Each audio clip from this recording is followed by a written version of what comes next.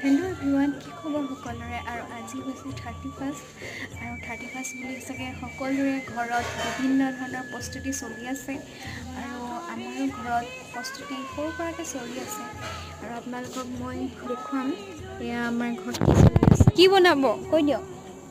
তমাল বনাই আছো, তমাল খেৰ বান্ধি। এই খেৰ বান্ধিবলৈ তমাল বুলি কয় দেই, এয়া তমাল বুলি কয় ন? ইয়াত তমাল বনাইছে আৰু দেউতাই বহি চাই আছে। এইয়া দেখিছানে? এই আজিৰ পৰিৱেশটো এনেকুৱা আৰু হৈ আছে।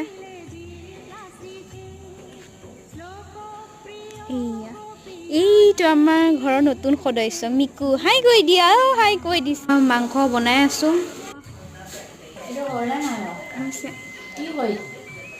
ভিডিঅ' এয়া মায়ে মাছৰ আঞ্জা বনাইছে দেই। এয়া দেখিছেনে?